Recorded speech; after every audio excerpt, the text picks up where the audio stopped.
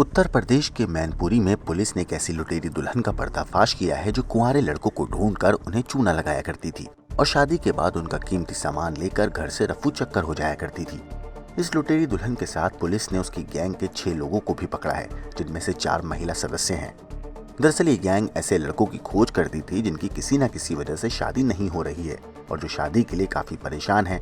ऐसे लड़कों को टारगेट करके ये गैंग उनके लिए रिश्ता लेकर जाते। ऐसे लड़कों की खोजबीन करने के लिए बाकायदा ये गांव-गांव घूमकर रेकी करते थे। गैंग के सदस्यों को जब कोई ऐसा लड़का मिल जाता जिसकी शादी नहीं हो रही है तो ये उसके घर रिश्ता लेकर पहुंच जाते।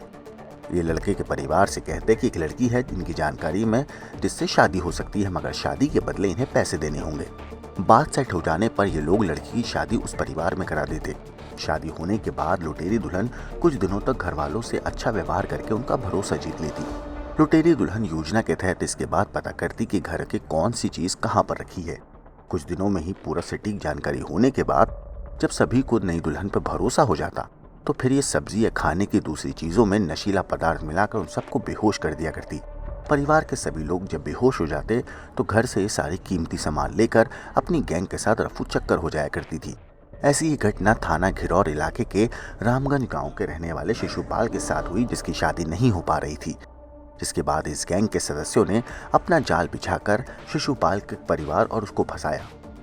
हालांकि इन्होंने एक लड़की से उसकी शादी भी करा दी, लेकिन इन्होंने शादी के एवज में कुछ पैसे मांगे। शिशुपाल शादी के लिए तैयार हो गया और उसने गैंग के सदस्य को करीब 80,000 रुपए दे दिए। फिर 8 फरवरी 2023 को रेनू नाम की लड़की से उसकी शादी हो गई, मगर शादी के ठीक 3 दिन के बाद रेनू ने रात के खाने में नशीला पदार्थ मिलाया, जिससे सभी लोग बेहोश हो गए। परिवार के लोगों के बेहोश होने के बाद दुल्हन ने घर में रखे सोने चांदी के सामान और नकदी लेकर वहां से भाग गई। घटना के बाद शिशुपाल को अपने साथ शादी के नाम पर हुई धोखाधड़ी और ठगी का पता चला। फिर उसने थाना घिरौर में FIR दर्ज कराई। पुलिस ने जब गहराई से पड़ताल करी तो उन्हें लुटेरी दुल्हन की गैंग का पता चला। इसके बाद पुलिस ने महिलाओं समेत गैंग के 7 सदस्यों को गिरफ्तार कर लिया। फिलहाल पुलिस ये पड़ताल कर रही है कि इस लुटेरी दुल्हन की गैंग के सदस्यों ने आखिर कहां और कितने लोगों को इस तरीके से ठगी का शिकार बनाया है।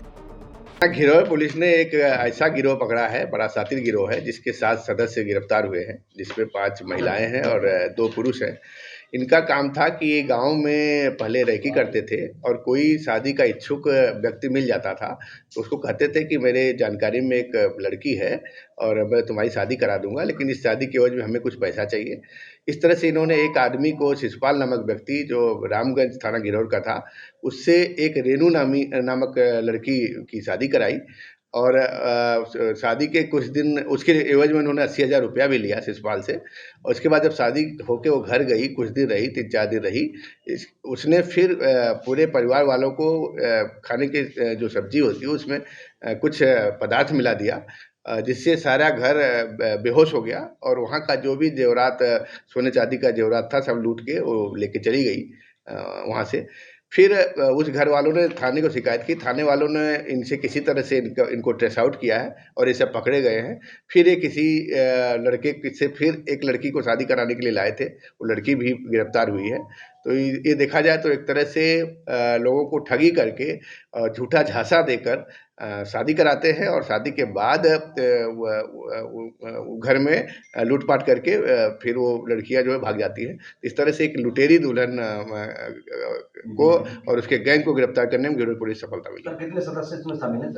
इसमें कुल 8 सदस्य हैं, जिसमें 7 की गिरफ्तारी हुई है, एक अभी रह गई है जिसकी गिरफ्तारी का प्रयास किया जा रहा है। अगर आप देखेंगे तो विभिन्न जनपदों के, कोई हमीरपुर का है, कोई बनारस का है, कोई जयपुर का है, कोई मैनपुरी का है, तो ये आपस में एक दूसरे से कनेक्ट है और इस तरह से करते रहते हैं। क्या अन्य और भी वारदातों का इन्होंने? अभी इनसे और पूछताछ की जा रही है। इन्होंने तमाम इस तरह से शादियां करवा के पैसा लिया है और शादियों के बाद उन घर में जो जेवरात है उसको लेके भागा है।